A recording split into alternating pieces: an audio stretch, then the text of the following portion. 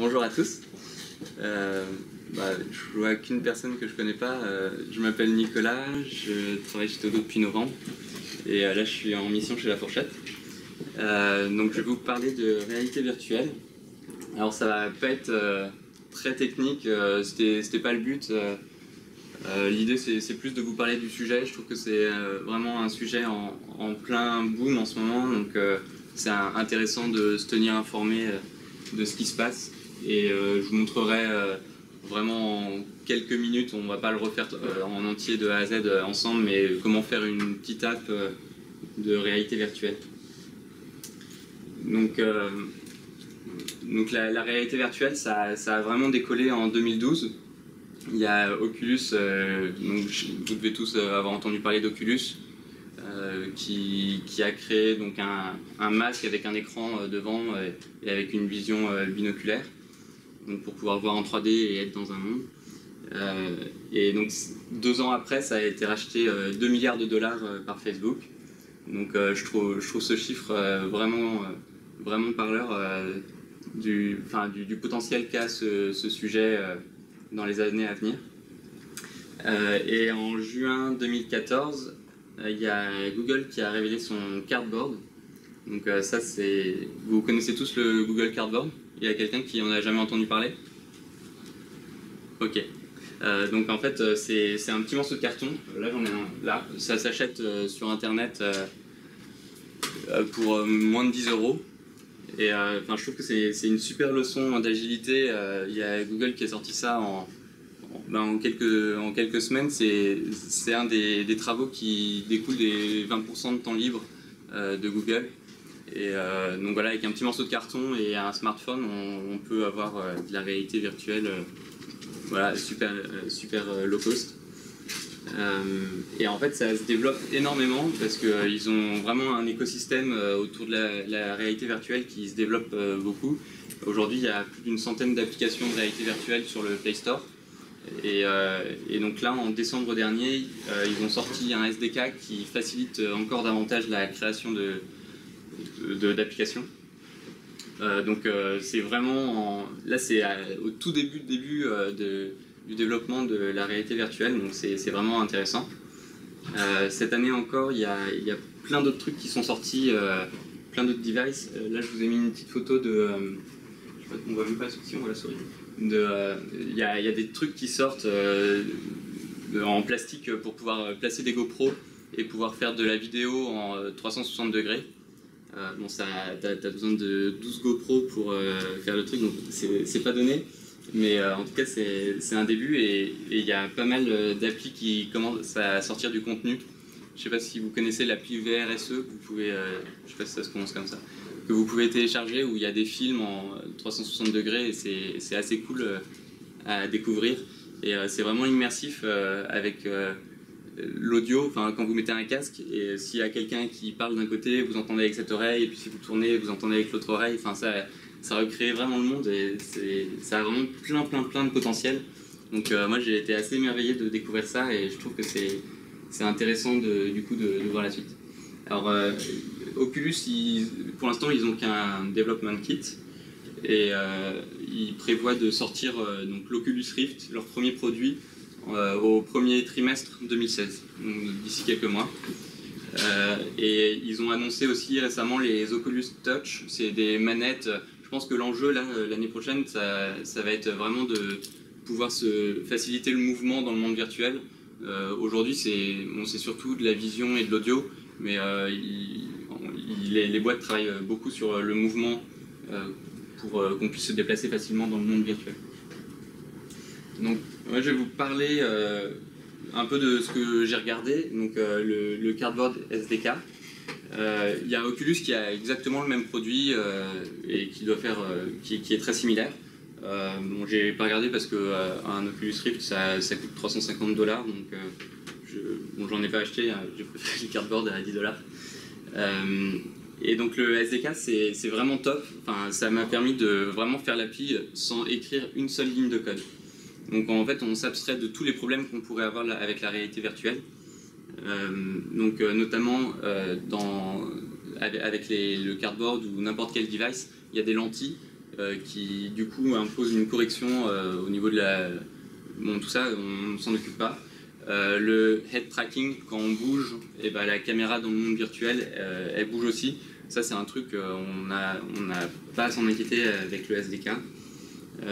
Pareil, on n'a pas besoin de s'occuper de la calibration 3D, genre de mettre 2 caméras, de les espacer du bon truc, et ensuite de s'occuper du rendering sur couper l'écran en 2. D'ailleurs, s'il y en a certains d'entre vous qui n'ont jamais entendu parler du cardboard, peut-être que vous devez être perdu, il faut m'arrêter. Ce que je voudrais vous montrer, c'est... En fait, donc du coup, il y a 2 yeux, et puis ensuite, on a un écran comme ça, coupé en 2, avec la vision d'un œil à chaque fois.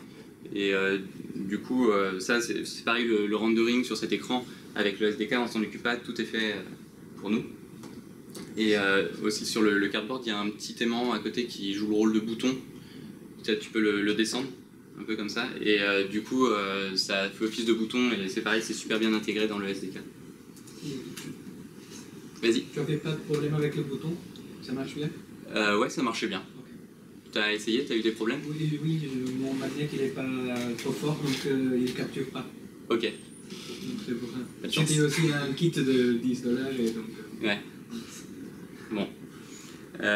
Alors, un truc vraiment important si vous vous mettez à créer une app de réalité virtuelle, c'est de prendre en considération que c'est super différent d'une interface web. Là, en fait, la réalité virtuelle, ça a le potentiel de faire ce qu'on appelle le mal de simulation. C'est pareil quand on se sent mal en voiture ou je sais pas quoi. Et en fait, c'est dû au fait que quand le cerveau interprète la vision et en même temps qu'il interprète les mouvements du corps, s'il y a une discordance entre les deux, et bah, du coup, le cerveau il comprend plus rien à ce qui se passe et ça fait assez rapidement mal à la tête et bah, aussi des envies de vomir. Et c'est vraiment fort. Enfin, si certains d'entre vous n'ont jamais essayé, donc l'une des applis phares qu'on peut trouver sur le Play Store, c'est des montagnes russes dans lesquelles on est, et puis du coup c'est assez marrant d'essayer.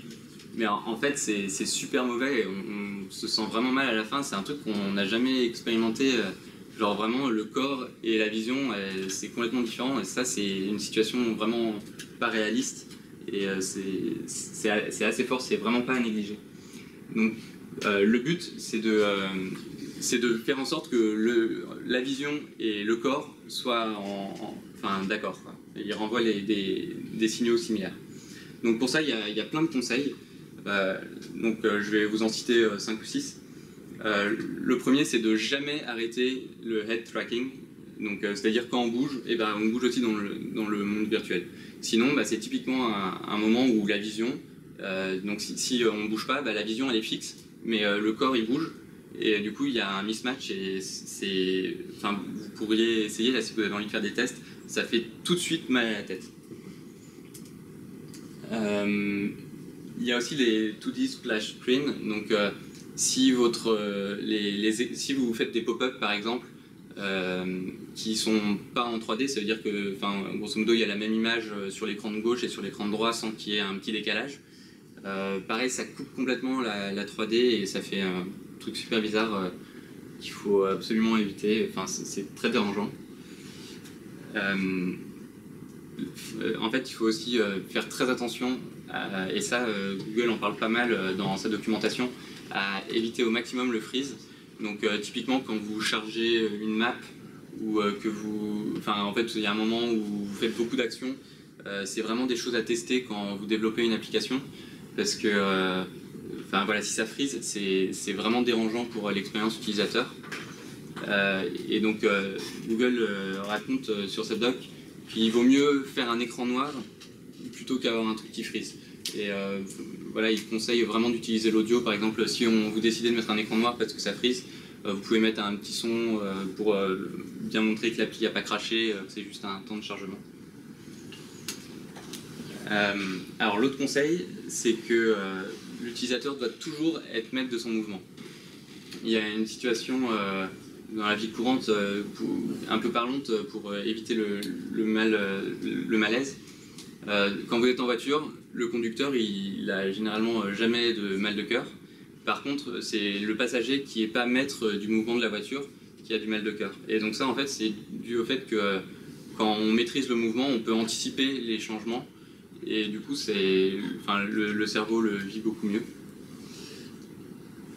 Donc ça, si l'utilisateur n'est pas maître du mouvement, c'est une cause de mal de simulation. Bon, après, je parle à un public averti, donc je pense que vous savez tous le corps ressent les accélérations, mais pas la vitesse. Donc une vitesse constante, c'est bien, il n'y a pas de mismatch entre la visualisation et le corps, le ressenti du corps. Mais dès qu'il y a une accélération, vous commencez à sentir un malaise avec les apps. Donc typiquement, il y a Oculus qui a sorti une appli où pour mettre en avant le mal de la simulation, ils ont sorti une appli où on est sur un manège et on peut accélérer la vitesse du manège et très vite en fait on se sent pas bien du tout.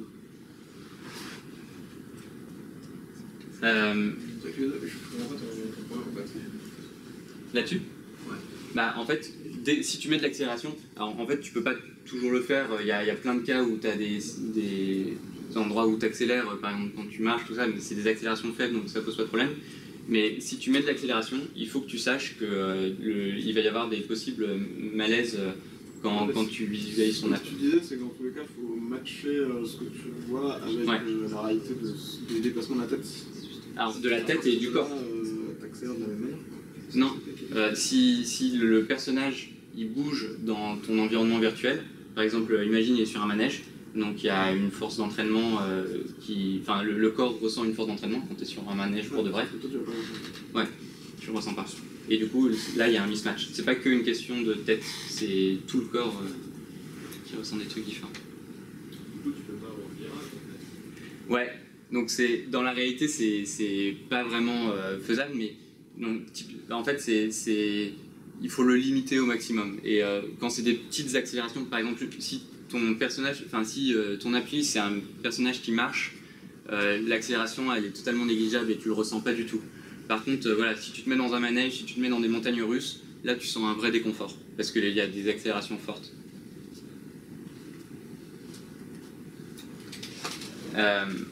Donc j'avance, je sais pas si c'est le plus important ça. L'idée c'est toujours d'avoir des objets fixes dans le référentiel de l'utilisateur pour qu'il puisse se repérer. Par exemple quand vous êtes dans le métro, parfois vous savez pas si c'est votre métro qui avance ou c'est l'autre qui arrive. Typiquement ça c'est un cas où c'est inconfortable parce que en fait il y a vous voyez quelque chose, vous avez l'impression d'avancer, en fait vous êtes arrêté et c'est à éviter au maximum. Donc si vous avez des objets fixes sur la scène, ça permet d'éviter, de se repérer beaucoup mieux. Et le dernier, c'est on a un écran qui est à 5 cm de l'œil, donc il faut être attentif au changement de luminosité. Et j'ai perdu mon écran. Je vous avais fait une transition en plus super sur la brightness change. Bon, je vois plus rien sur mon écran, c'est pas grave. Alors ensuite, je continue encore avec les petits conseils si vous voulez développer une appli.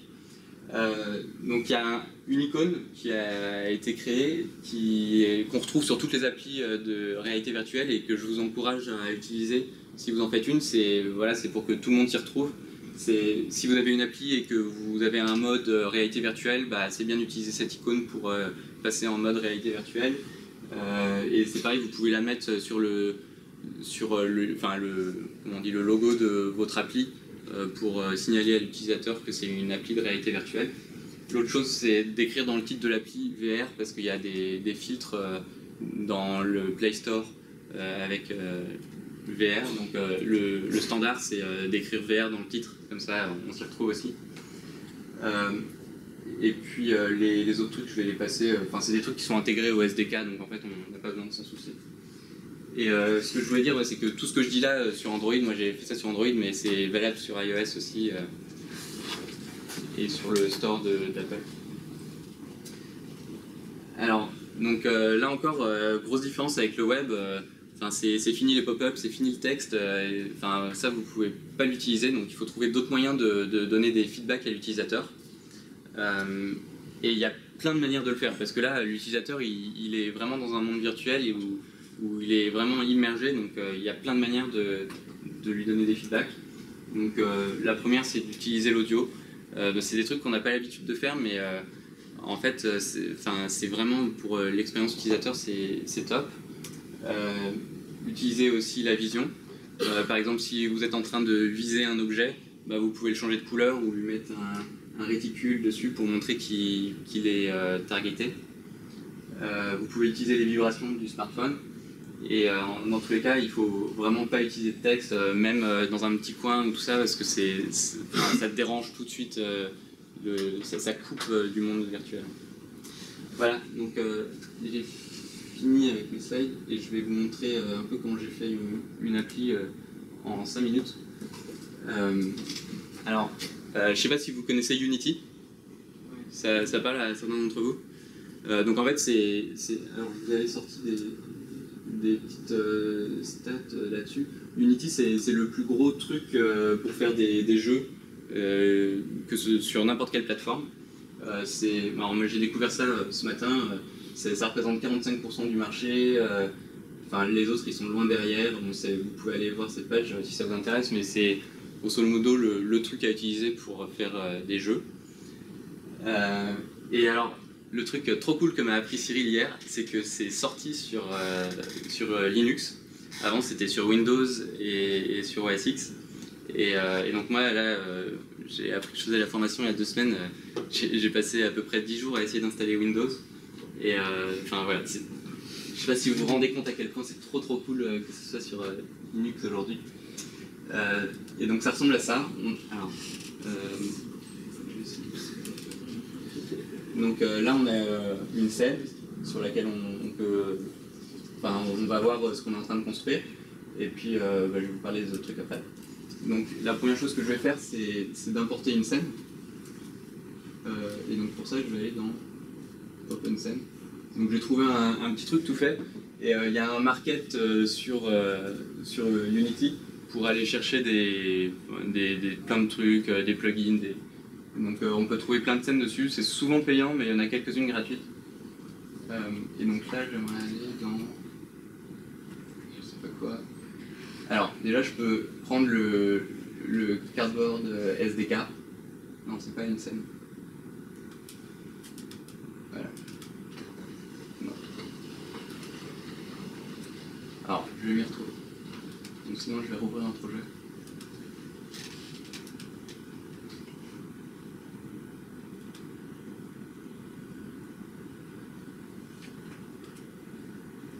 Normalement ça marche.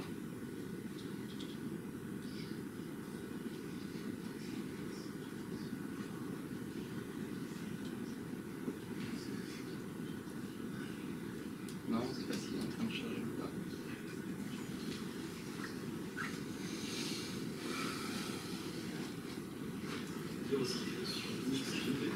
Pardon? Ouais, c'est du bêta. Bah, c'est sorti avant-hier, quoi. Et là, j'entends mon ordi. Un écran à couper, j'ai l'impression qu'il s'est frisé.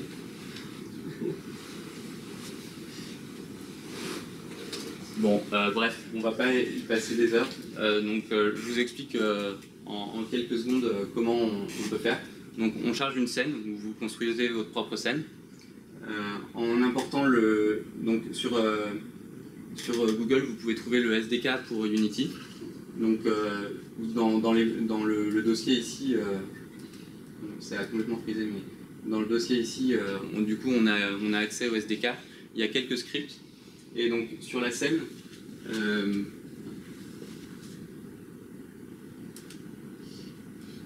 ok, j'ai une deuxième chance.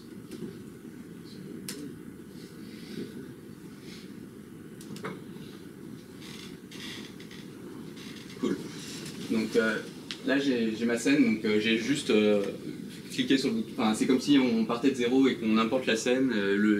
Quand vous téléchargez un plugin Unity, vous avez un fichier scène, donc vous le chargez. Et ici, vous avez l'arborescence de la scène avec les objets et notamment la caméra.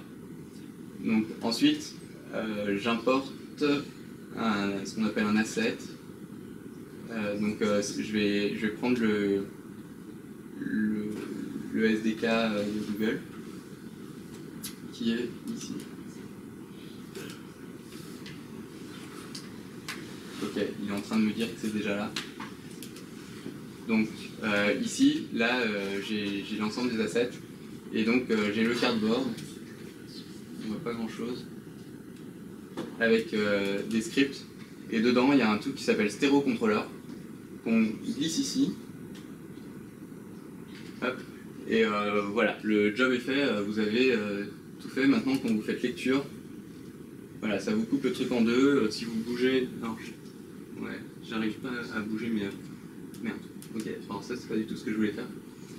Bon, en tout cas, ça a fait tout le job avec les histoires de distorsion, tout ça, vous n'avez plus à vous en soucier. Donc là, c'est... Hop, vous êtes prêts. Vous pouvez cliquer sur Build Settings. Là, vous avez un paramètre à changer. Donc ça apparaît dans l'inspecteur, là. Vous avez juste ce truc-là qu'il faut remplir. Et voilà, Build and Run, vous branchez votre Android sur le téléphone en mode débugage. Et vous avez votre appli qui fonctionne. Et donc là, il y a quelqu'un qui a monté l'appli. Bon, en tout cas, là j'ai une appli, donc c'est ce que je vous montrais tout à l'heure. Voilà, là on a l'appli, on peut bouger, on a le head tracking, tout ça qui fonctionne direct. Et ensuite, je me suis dit ce serait quand même cool de pouvoir se déplacer sur la scène. Donc soit avec le trigger, soit autrement. Et donc il y a des gens qui ont déjà répondu à cette problématique. Donc c'est pareil, je vais sur le marketplace de Unity. J'ai trouvé un petit truc qui s'appelle AutoWalk et qui, il n'y a pas de bizdev. Je vais vous montrer deux lignes de code alors. En fait, je l'avais ouvert là. Donc juste pour vous montrer la structure, si vous avez envie de faire des trucs un peu custom, un script Unity, donc c'est du CS chez Sharp. Ok, oui, c'est la vie, c'est comme ça. Donc bon, ça c'est de la config qu'on retrouve ensuite dans l'interface de Unity. Ah ouais. Et effectivement, maintenant que tu le dis, j'avais lu à propos de ça, ouais, que j'imagine qu'il y a moyen de compiler en C# pas mal de choses. Et donc il y a besoin de deux méthodes qui s'appellent start et update. Start, c'est un hook qui est tourné au moment où on ouvre l'application. Et update, c'est une fonction qui est tournée à chaque frame. Donc, si on a du 25 frames par seconde, 25 fois par seconde, on tourne la fonction update. Et dans cette fonction... Pardon ? Et donc, dans cette fonction update, voilà, on peut dire si on marche ou pas, et puis si on marche, on avance avec le vecteur, on fait une transformation. Bref, c'était juste pour vous montrer qu'il y a deux fonctions, c'est vraiment pas sorcier, on s'y retrouve assez facilement. Et donc du coup, pareil, ce petit script, je le mets sur la caméra, et voilà, j'ai mon petit script quand je trigger, ou alors il y a aussi une option quand je regarde vers le bas, et du coup ça avance tout seul. Et du coup on peut se promener sur une scène. Donc du coup, la conclusion c'est que si vous avez envie de, je sais pas, ce soir, de vous regarder un petit truc dans l'espace et d'aller vous balader dans l'espace, vous téléchargez une scène, vous mettez vos deux petits scripts et une fois que tout est installé, Unity, et ce que je vous ai pas dit, c'est qu'il y a besoin du Android SDK aussi pour compiler. Une fois que vous avez ces deux trucs qui sont setup, en une demi-heure, vous avez une app qui fonctionne toute seule. Donc c'est assez cool de pouvoir faire un petit monde et de pouvoir se balader dedans, je trouve. Bon là je vous l'ai pas fait avec autre chose parce que j'ai pas eu beaucoup de temps, mais en fait ça peut mettre du temps à compiler du coup l'appli si vous avez un monde assez conséquent. Mais dans l'idée c'est super facile de commencer un truc. Voilà, bonne app. Si vous avez des questions.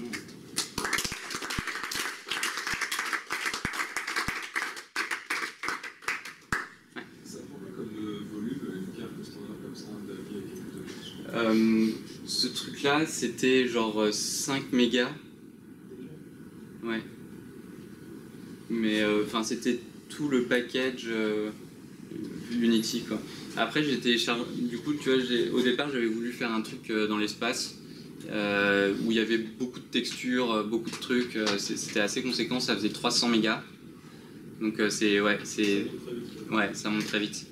Et sinon, l'autre truc que j'avais fait, c'était j'avais regardé une carte de Counter-Strike, ça pesait 30 mégas ou quelque chose comme ça. Donc ouais, ça monte assez vite.